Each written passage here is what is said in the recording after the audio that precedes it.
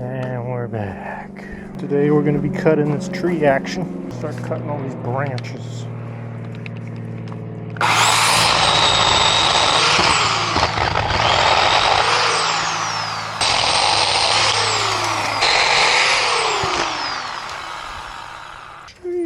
Day 4 or 5.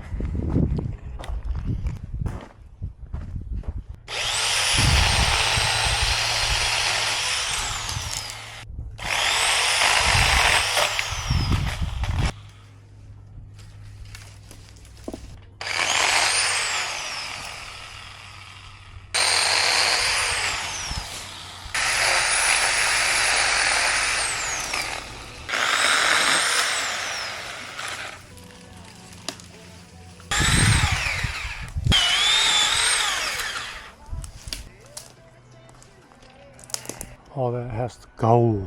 As you can see, it's pretty high up, but I'm gonna move all this over there.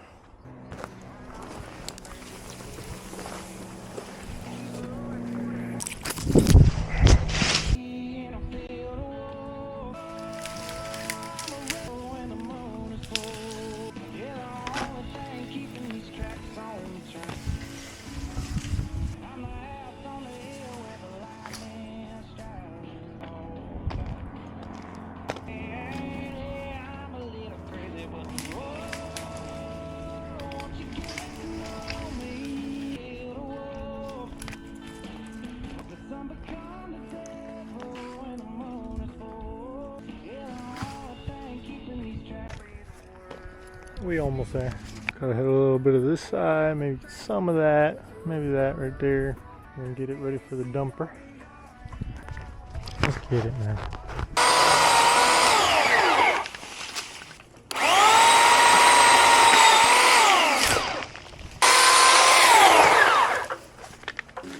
So right now I'm loading all the framing material over here. So when our framers get here, because supposedly they're coming late today, they're actually monsters. They're finishing something for whatever hours they put in today somewhere else. Then they're coming here finishing from 5 to like 9, 5 to 8:30. And they're gonna frame a lot of this prefab. If not, I'm gonna be doing it, but I'm pretty sure they're coming today. And I'm excited to see how far they get. But after I load all this over here, I'm probably calling it for the day. Brutality, I just chopped all that. Still a lot of work here, crazy. We're gonna keep it running, keep it running. So it has been a while since day 5. I think it's like day 10 now. As you can see, it's raining, which is no bueno, not good. So right now what I'm doing is I gotta go down to the job site. The structure is pretty much built. What's left is, I think, the ceiling. I think the roofing might already be down, or at least the paper. But I gotta get some wood off of the ground, because all wood has a pretty decent continuity. They could take some rain and survive. But I'm gonna get some fans rolling on the wood and try to dry out as much as possible. I guess the client texted us and was a little bit worried about it. So that's what I'm doing today, and then I'm getting out of there. Oh yes, so there it is, there it is.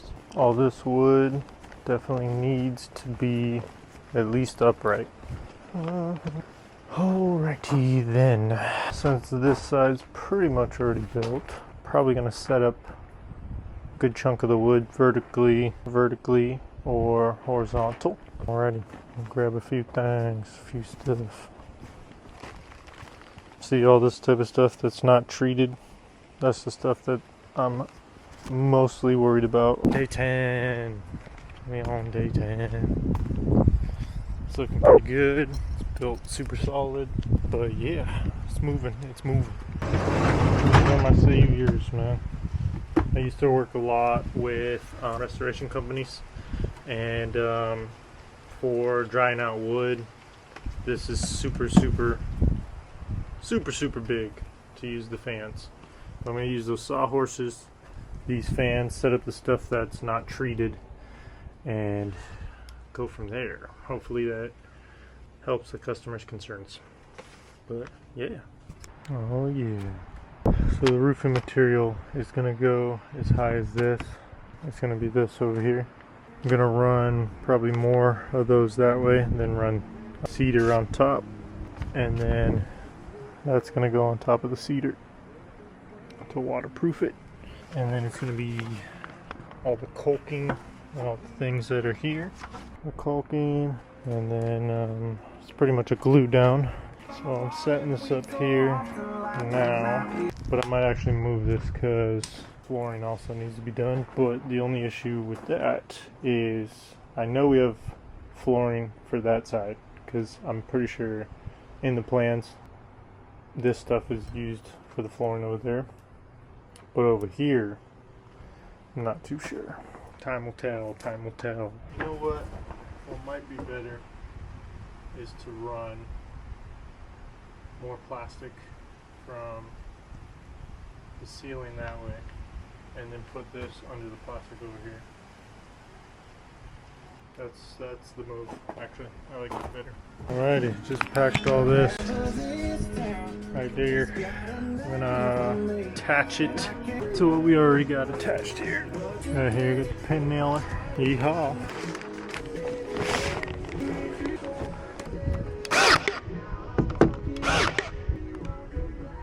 And get one on the other side.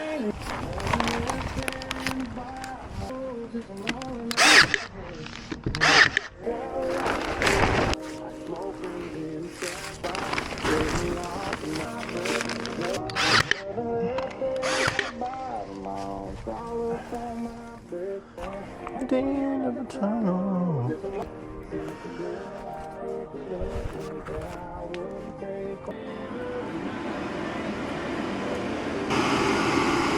That's pretty much it. I'm gonna wrap it up over there. I might put one more right here, but I do like that the wind has a place to go. It could go in the center, or it could go all the way around. So I'm not sure yet. Yeah, I seen that. I'm glad we left it. But yeah, that's where it's at. So that is pretty much it, man. That's cedar. Pretty sure that's cedar. But you want to come explain this trenching we got going? Oh, okay. Over yonder. Sure. Yeah, I'm pretty sure that's cedar. I think it'll be okay. So, Show me the way. what everybody else is doing is they're mounting their power distribution box on the outside, along with their control panel in a covered thing, and it makes one wall just look all. We're going to try to avoid that. We're going to try to put it on the inside. So we're going to run the trench down into here and come up over here. Okay. There's still a little bit of debate. We're gonna go on the outside of that block. Yeah. We might put our power distribution box here because eventually there might be a water tub or a hot tub over there. That's going to be nice. Yeah, it's going to be really crazy. nice. Yeah. Or an ice bath. Yeah, or we might put it over high on that wall over there with a shroud on it of some sort. And I like that idea better. That's just because, pretty nice. Yeah. That's a good idea. And in that way, just everything's covered up and little conduit as possible showing. However, we also have to make sure that the length of the cords for the control box works for the heater and everything else. So there's a couple of things we're still thinking through. But for the most part, we're going to go through here and come up on this side to avoid a bunch of conduit on the outside. Yeah, pretty much sum it up. Little bit of rough end to tie into finishing. It's in that gray area. Yeah, a little bit of rough left. Yeah, we're going to have a ceiling in by the end of the day. Yeah. Wire in by Friday. Trench by the ceiling week. Shortly after that. Me and you will probably come back and trench that or something. Yeah, then there will be some finished electrical. And some vents have to be put in. Oh yeah. And forgot about the vent. Yeah.